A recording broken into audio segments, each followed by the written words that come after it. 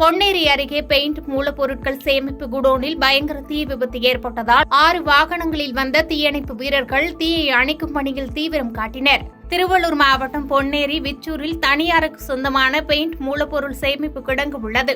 இந்த கிடங்கில் இன்று பிற்பகல் திடீரென தீப்பற்றி எரிந்தது. இதுகுறித்து தகவல் அறிந்த தீயணைப்பு வீரர்கள் 6க்கும் மேற்பட்ட வாகனங்களில் வந்து தீயினை அணைக்கும் பணியில் ஈடுபட்டனர். தீ விபத்து காரணமாக இந்த பகுதியில் வானுயர கரும்புக்கு எழுந்து புகை மண்டலமாக காட்சியளித்தது. பல லட்சம் ரூபாய் மதிப்பிலான பொருட்கள் இந்த தீ விபத்தில் எரிந்து சேதமானதாகவும் யாருக்கும் காயம் ஏற்படாமல் அதிர்ஷ்டவசமாக உயிர் தப்பியதாக காவல்துறை தரப்பில் தெரிவிக்கப்பட்டுள்ளது.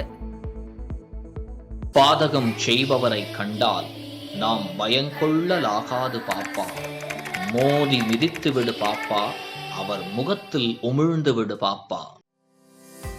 அண்மை செய்திகளை உடனுக்குடன் தெரிந்து கொள்ள இணைந்திருங்கள் இயம்நாடு தொலைக்காட்சியுடன்.